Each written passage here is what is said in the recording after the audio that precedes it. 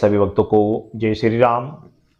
यदि आप चाहते हैं कि मेरे घर में धन संपदा अनायास ही और पर्याप्त मात्रा में आते रहे, तो इसमें माला का विशेष योगदान होता है।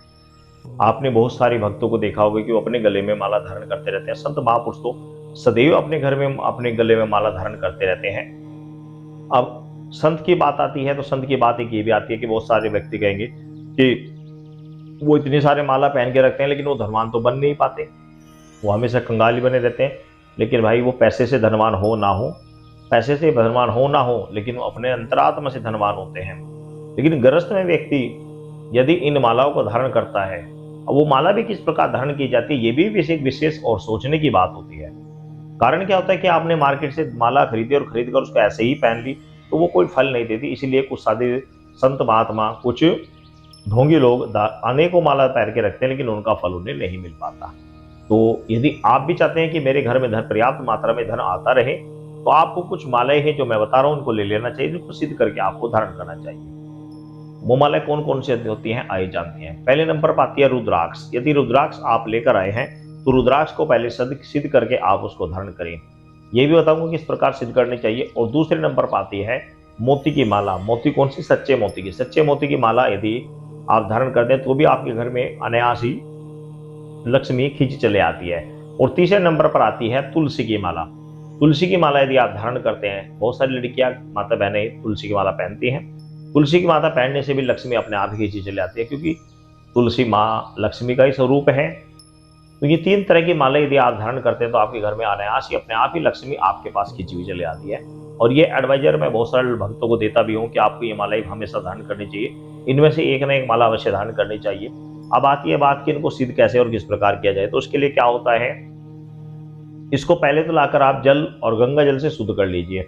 उसके बाद जो रुद्राक्ष की माला है उसको या सच्चे मोती की माला, इन दोनों मालाओं को सिद्ध करने का तरीका यह है कि आपके आसपास कोई मंदिर है, शिवालय, उसके पास जो शिवलिंग है उस शिवलिंग के ऊपर इस माला को चढ़ा दीजिए या उसको पहना दीजिए, रुद्राक्ष और सच्चे मोती की माला।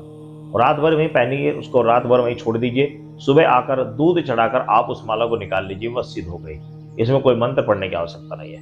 बस जिस समय चढ़ा रहे हैं उसी समय ओम नमः शिवाय का जाप करते रहिए, जब उठा रहे हैं तब ओम नमः शिवाय का जाप करते रहिए। यह माला आपकी सिद्ध हो गई, ऑटोमेटिक सिद्ध हो गई। अब आती है बात तुलसी माला की। तुलसी को किस प्रकार सिद्ध किया जाए। तुलसी भगवान शिव को नहीं चढ़ाई जाती, तुलसी भगवान शिव को नहीं चढ़ानी चाहिए। अब आपने करना क्या है कि तुलसी के लिए आपने क्या करना होता है, तुलसी को आप पहले तुलसी की माला को पहले आप उसको जल से स्नान करें, फिर दूध से स्नान करें, फिर दही से स्नान करें, फिर गर्द से स्नान करें, फिर शक्कर से स्नान करें और फिर शहद से स्नान करें। इस प्रकार पंचामृत से उसका स्नान करें, फिर शुद्ध जल से स्नान कराकर उसको पोंछ कर रख लेनी चाहिए। अब आपने हरिओम हरिओम हरिओम का उच्चारण करते हुए उसको चावल के अंदर एक दिन आपको रखकर उसको छोड़ देना है।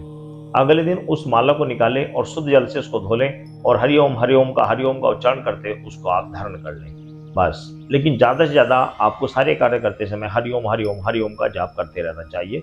या फिर ओम नमो भगवते वासुदेवाय, ओम नमो भगवते वासुदेवाय, ओम नमो भगवते वासुदेवाय, ओम नमो भगवते वासुदेवाय, इस मंत्र का भी जाप करते हुए आप इस माला को सिद्ध कर सकते हैं। कोई सा भी एक मंत्र ले लीजिए। तो इस तरीके से आप मंत्र को माला को सिद्ध कर आप उसे धारण करें तो आपको एकदम आराम लगेगा, आपको फायदा लगेगा। आपके घर में धन संपदा ऑटोमेटिक आने प्रारंभ हो जाएगी। ये प्रैक्टिकल प्रयोग है, इसको आप अवश्य करके देखें और माला अवश्य धारण करें। सभी भक्तों को माला अवश्य धारण करनी चाहिए। सभी भक्तों को जय श्री राम।